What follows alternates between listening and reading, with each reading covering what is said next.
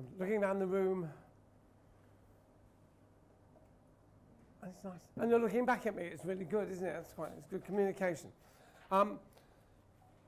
Janie, thank you for the invitation to talk to you this afternoon. I'm not going to talk about the electric eel, but it's really exciting if you go downstairs and have a look. Shocking, really is. Okay, enough of the jokes. I was working with some apprentices in property management a couple of months ago, and we did a number of communications issues with them. And the one I'm going to talk about this afternoon worked out quite well, and they were intrigued by it. Now, it's an old model. It's called personal effectiveness and personal styles and effective performance. And it dates back to 1981. It's also been called things like social styles. It comes out of a book by a guy called Merrill and Reid. Has anybody come across this before? It's been, I suppose the trademark issues are held by a company called Traycom in the United States. But it is in the public domain in the sense that I've read this book back in about 1982, which means it's been around for 30 years. And there is still a strong relevance for you as residential property managers. And we'll test that relevance as we go through for the next half an hour or a bit longer. And you can have a look at the people who are sharing your table and think about how they exhibit certain behaviours. Because when we were at the Fellows Day last year, and we've got the Fellows Day coming up again shortly, one of the things that came out of that was that there's no particular difficulty in getting the technical knowledge across. You know where to find the technical knowledge for your job. Yep, yep, come and join the party. It's okay. Hello, sorry. That's okay. Accident on motorway. Wonderful to see you. Nice to see you. Okay. So at the Fellows Day, there was the discussion that there's no difficulty in accessing the technical knowledge, the codified knowledge. You know where to go. You can go to the websites. You can go to the legislative framework. But what the Fellows asked for was more emphasis on the softer skills of communication to be effective in property management. And this model from Merrill and Reid's work back in the 1970s, which they published in 1981, working with customers, clients and colleagues and getting the best out of your communication with the people that you are tied into at work, your work colleagues, particularly your clients. They may be landlords, they may be your employer, but also the customers in terms of the leaseholders. So my focus is going to be on a few slides by way of introduction, 5 slides in terms of your capacity to observe behaviours with other people, and then just a couple of slides which we'll discuss about how you choose to use the information that you observe. Social styles, personal styles. How many of you have come across the model before, Merrill and Reid's model? Put your hands up if you have, because if you have, then I'll talk about something else. Okay, well, it's good that you. I might have an audience which might be interested for a little while longer. Inside Housing, the Chartered Institute of Housing's kind of trade paper, did some survey work at the beginning of this year in terms of the requirements for frontline housing staff. And these apply almost exactly in the same way for residential property managers. You are expected to be able to problem solve. That's a given. There was a wonderful discussion on Radio 4 yesterday afternoon about problem solving with mathematics. But I'm not going to scare you with mathematics. But you need to be customer focused. It's imperative that you're able to communicate. Negotiation skills is a separate process, but your liaison and your professional ability to respond to a given situation. These are all key issues. And the aspect of personal effectiveness impacts on all of these. So what I want you to be able to get out of the next half hour is that you will use your powers of observation more effectively to tune your communication to the requirements of your audience. Now, I have an audience here of 50-odd people, so I can't tune it to each individual. That's very difficult to deal with in a group. But very often the property manager is dealing with a one-to-one situation. Now, observing people's behaviour is just a lot of fun. And you'll get some hints out of today's session which you can just use in the pub by way of a game. But you'll have noticed that my voice is a bit croaky. But that doesn't matter, because the words that I'm using are not hugely significant in terms of my ability to communicate to somebody else. Far more important is my ability to look at you and communicate, to exhibit certain types of behaviour which draws me into a conversation with people around the table. And that's what I want to focus on. So the body language is important. You will note I make certain gestures. I make certain facial expressions. And I also, despite my slightly croaky voice, use my intonation and the pace of my language to some effect. The words I use actually don't amount to much at all. It's a bit of a problem, since I've just written 80,000 of them and submitted them to a university.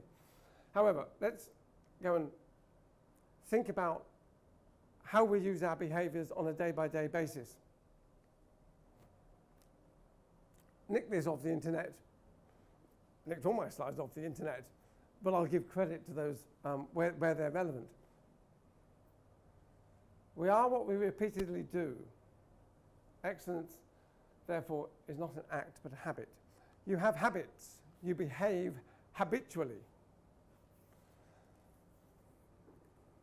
So let's have an exercise. Can I ask you all to fold your arms? And how do you feel now that I've asked you to fold your arms? How do you feel? Defensive. Okay, defensive. How do you feel? You're right. You're comfortable. Right, it's great. You're how are you? You're uncomfortable. You don't like folding arms? No. Okay. Well, you don't. Don't let me do anything that you don't want to do. Carrie, that would be dreadful. Okay, let me ask you to fold your arms the other way round. How's your comfort? Felt more difficult. It feels more difficult. You were comfortable before. More or less comfortable? Less comfortable? No, less. Less comfortable. Okay. So we are creatures of habit. And that's just one illustration of how our behaviours are habitual. Now, with the ability to observe other people's behaviour, some people are naturally able to observe others' behaviour and respond to that. I've been responding to other people's behaviour for about 60 years, but mostly I get it wrong. But it is a learned skill, and so we'll get into some of the issues. I mean, when I was a university lecturer, I had great difficulty dealing with certain behaviours. This is typically my classroom. No, it never was. But when you move into an environment, you adapt your behaviour to that environment. I was in the church earlier this week. I don't exhibit that kind of behaviour in the church. I don't exhibit that kind of behaviour in a library, but I might exhibit that kind of behaviour after a few beers in the pub. So we are culturally influenced at a particular time. Now, if I was a university lecturer in that situation, I've got to think about how I communicate. Now, you don't have to deal with that. but you have to deal with customers, and you have to deal with clients, and you have to deal with your work colleagues. So what we want to look at is to consider, as Merrill and Read identified, they argue that there are identifiable clusters of behaviour, and if we can understand those clusters of behaviour, we can get some insight into what makes people tick. And if we can get some insight about their certain amount of what they perceive to be important, and we're talking primarily about a one-to-one situation, then it is, if we can adapt our behaviour even a tiny amount, then we might be able to communicate more effectively with these other people. Now, Merrill and Read suggests that there's a range of behaviours on an axis. Can you all see it? It's simply an arrow on a piece of paper. So at one end, there's a set of behaviours here. Here's a person, and at the other end, there's a different set of behaviours. And they describe this first axis as how people assert themselves. Now, there's a midpoint on that axis. Now, I don't perceive that people assert themselves in that aggressive manner or in a passive manner. Merrill and Read said that people actually are tell-directed or they are ask-directed. Some people make statements, other people more questioning. Now, with those clusters of behaviour, there's other behaviours which will give you clues as to reinforce, to triangulate your first impressions. So if someone was tell-assertive, they would probably also be quite loud. They also tend to look at people directly in the eye. They interrupt. They lean forward, and they point. Now, the converse of that would be the questioning people who are ask-assertive. Tend not to look at people directly. They'll focus on the floor. They might look at the ceiling. They might lean back, pause, speak more softly. So Merrill and Read started to consider these sets of behaviours. And you can observe these because these are not things that you have to buy into. You don't have to ask questions about these. These are exhibited by your work colleagues and by your customers. So the tell-assertive, by way of summary, quick, firm speech, making statements as opposed to perhaps asking questions or conditional statements here. Emphatic, loud, and they may lean forward. Now, if you look round the table at your colleagues, you might notice that there are particular types of behaviour that you can recognise with some of your colleagues. Some might be more deliberative, pausing, looking away rather than engaging directly.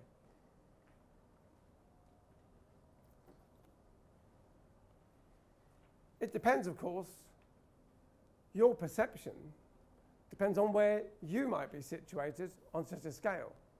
Because if you're out here on the tell-assertive, almost everybody is going to be slower paced, more deliberative than you are. You will be one of those people who other people perceive as being fast-paced, but you will perceive almost everybody.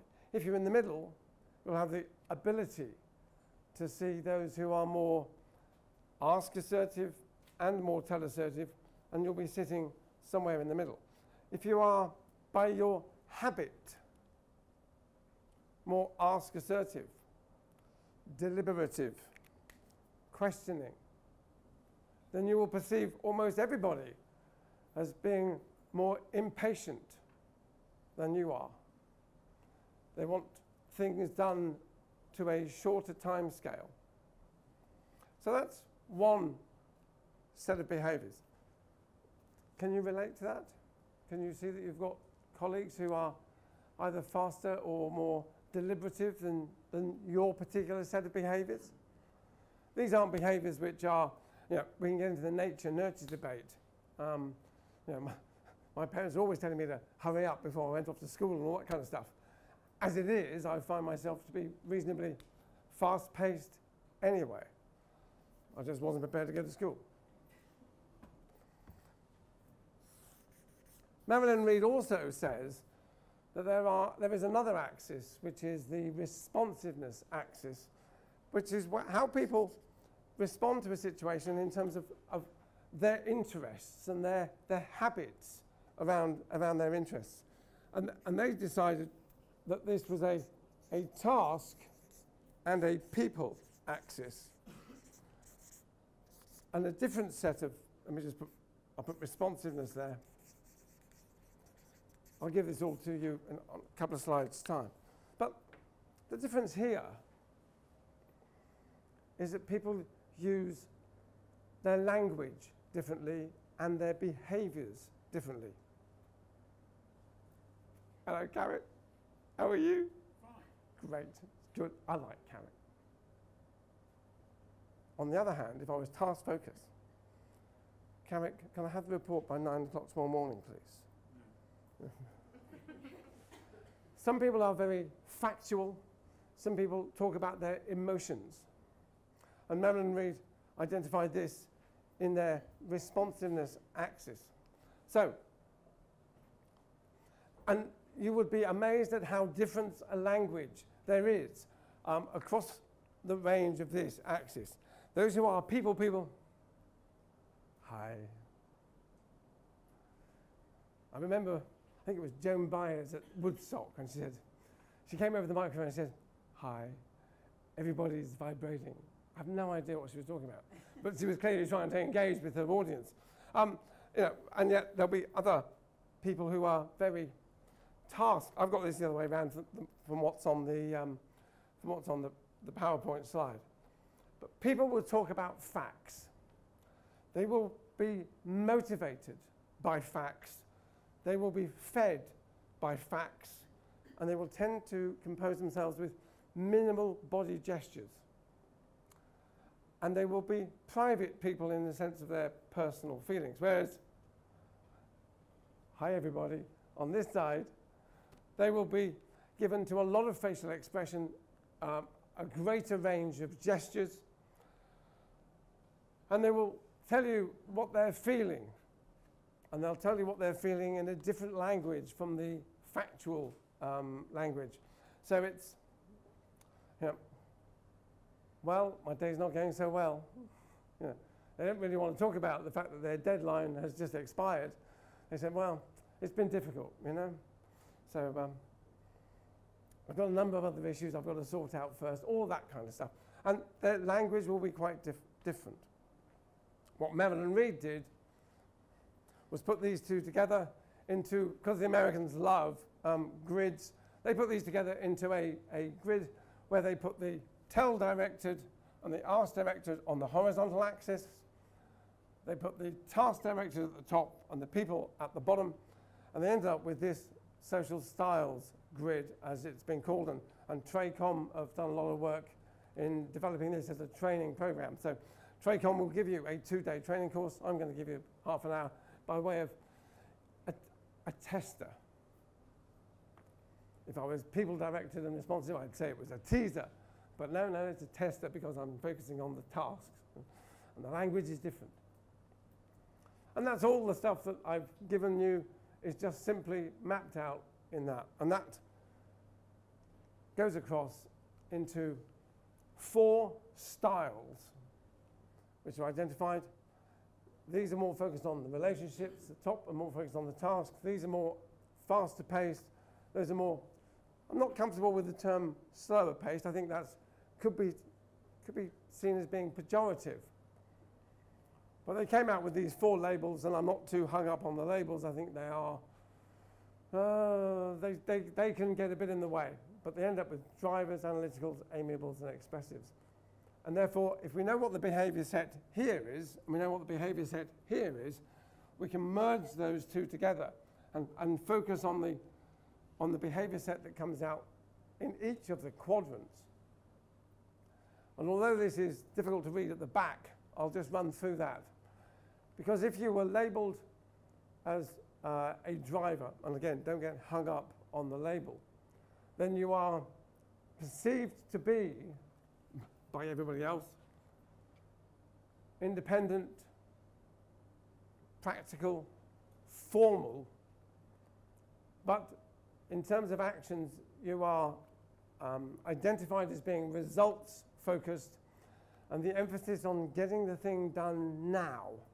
Now, how many of you know of work colleagues or clients or customers who want it done now? Right. Well, they may well be, you may perceive them to be fast-paced, task-focused, and you may perceive them to be drivers. On the analytical side, these people are still very task-focused, but they're more questioning, more deliberative in their approach. So they're serious, logical, and they value accuracy. Let's get it right. More emphasis on getting it right than getting it done now. And can you see a difference in some of your work colleagues or some of your clients? The amiables are good team players. They're open, they value relationships, and let's talk about the impact on our people. So they are really the organisational conscience in some respect. The expressive, I'm one of them. I'm gobby, loud, fast-paced, no attention to detail. So I'm animated, forceful, impulsive. I value approval, love me, and spontaneity. Show me the next big idea. Those are the kind of things where, yeah, I can relate to that. I can relate to that. And that's courtesy of Tracom. So it's useful to know that. But the trick is, how do you use it? And that's what I want to focus on for the next 5 minutes or so. Of course, there's problems with people having different personalities. If you get 2 drivers working together on a project, there's a kind of element of conflict where they all want to be in control. You get a couple of analyticals working together on a project. Well, what do you think about this data? Well, I'm not so sure. Perhaps we should get some more data. I think you're right, let's get more data. We need more data. Okay, that's great. But it's not the most effective way. Amiables, well, they'll be in a meeting, but not in the office. Somewhere down the park, perhaps. The expressives may be in a meeting. You'll hear them through the wall, and they won't be talking about what they're supposed to be talking about. They'll go off on a flight of fancy somewhere, but you'll hear them. And you'll hear all about the fact that they've had a wonderful meeting, which is irrelevant to the key purpose that they were supposed to be discussing. Well, they would have done if I was part of that particular core group.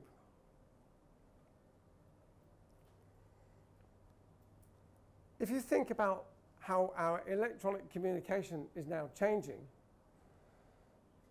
I know that when coffee break comes or tea break comes this afternoon, the first thing that most of you are going to do is turn on your mobile phones and check your emails and check your messages. Oh, sorry. 1 minute. Can we get 7 people? Yeah. Come and join the party. We've got 2 chairs here. We've got a couple of chairs over the back too. Oh. They're going to stand until we get That's fine. Can I just say I'm so pleased you all came. Go and sit yourself on the windowsill at the back, and we'll get some more chairs at half time.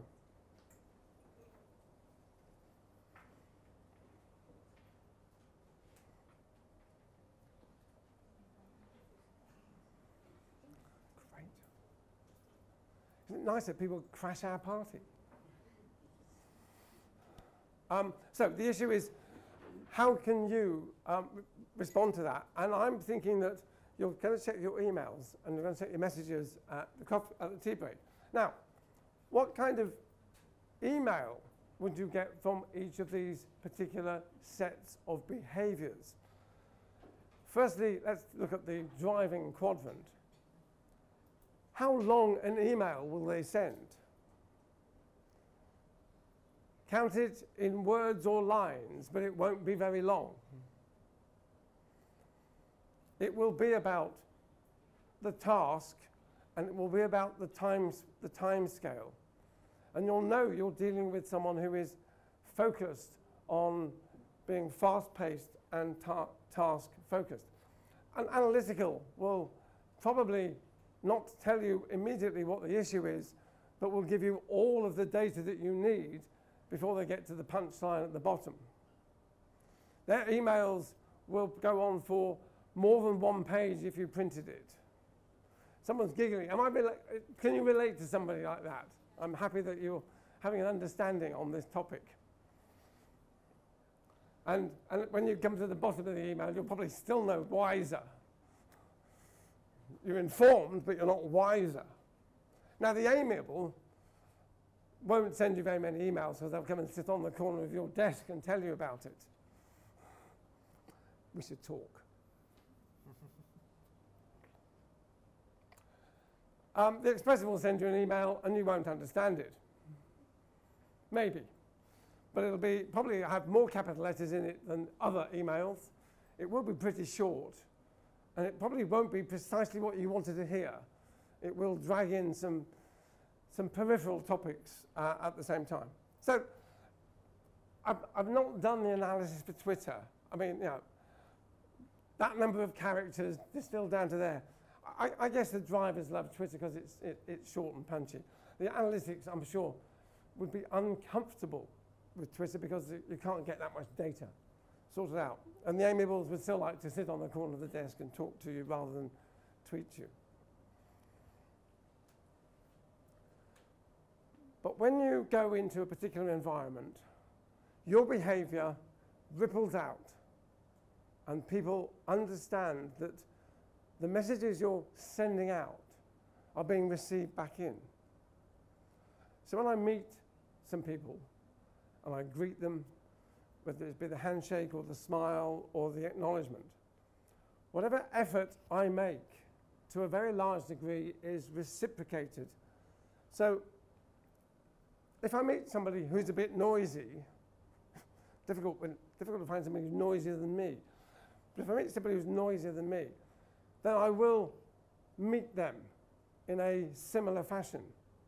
I am versatile to their needs. If someone is having a conversation about, well, what's the impact on our people? I'm versatile enough to take that clue and say, okay, this person needs to know about the impact on the people.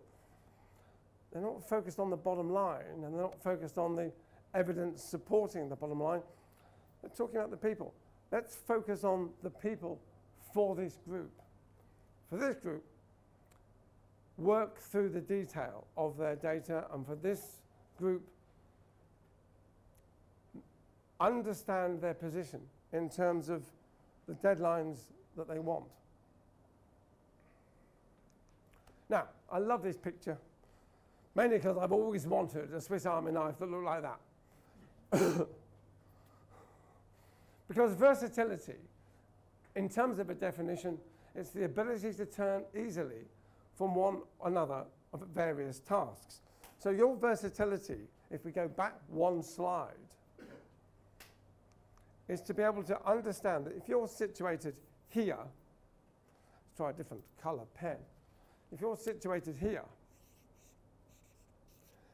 can you use your observational skills in terms of body language, intonation, and in a very small amount, the words, and observe a particular pattern of behaviour, observe a particular use of language. And can you read that? Because if you find that you're prepared to move just a tiny bit here, you might find that you'll get a tiny move back. But that tiny move simply opens up the effort of communication. And if you've got a client, a landlord client, if you've got a customer, a leaseholder, or if you've got a work colleague, someone has got work colleagues they identify, where you need to be versatile to their situation. Merrill and Read will give you those clues. The book goes into a certain amount of detail about a tiny shift of behaviour, a tiny shift of behaviour. And if you just want to take one thing away, then just focus on pace. If you're normally measured in your delivery and you're suddenly finding yourself engaged with a conversation with someone who is talking 450 words per dozen and they're really coming out and saying, what can you do? Then fine, okay, it's pretty difficult to make that bridge. But at least give them the recognition that, whoa, okay, you're going pretty fast. Okay, I'll try and keep up with you, but find a bridge on that particular access, and you'll find that the communication that results is easier. And the consequence of that is that your relationships will be easier. And if we go back to the first quote about Aristotle, your habit is that you are perceived as being, well, Aristotle's quote was about excellence, but it's about competence, it's about professionalism. If people perceive that you are making an effort to meet them in their style of communication, then your effectiveness, your personal effectiveness, will be significantly enhanced. And you can think about that just in terms of the email issue. If you get a one-line email, don't send them 50 lines back. How can you edit that into the essence of your message? If you get a long, detailed email, it might require a detailed response. Giving them a simple one-line answer would leave them wanting more. They would find it unsatisfactory. So go back to thinking about where you crossed your arms and your comfort about where you crossed your arms. You want to work with people's habits where they feel comfortable folding their arms in a particular fashion. You don't want to make them feel like they are contorted to conform to an approach of communication that would leave them outside of their comfort zone. Now that is, oh, I've got the book somewhere. I was going to wave the book at you. It's on the desk over there. Never mind. That's the book.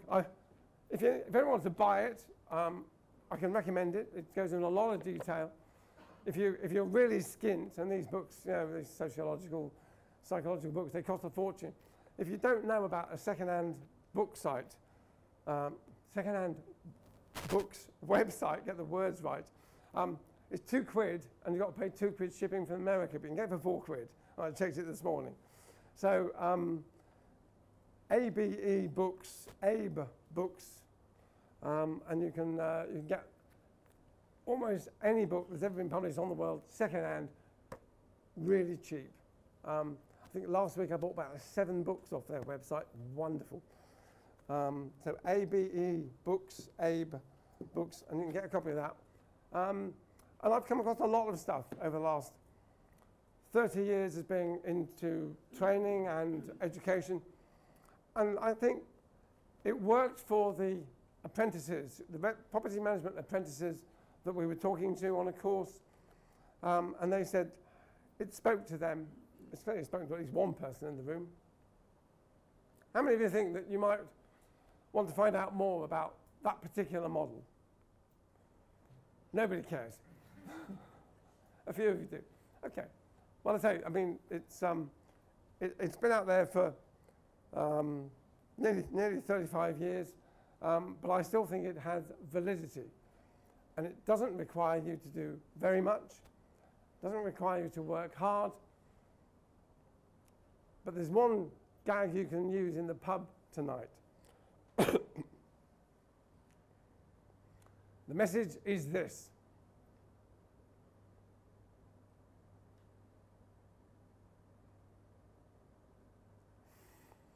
A silence of 10 seconds.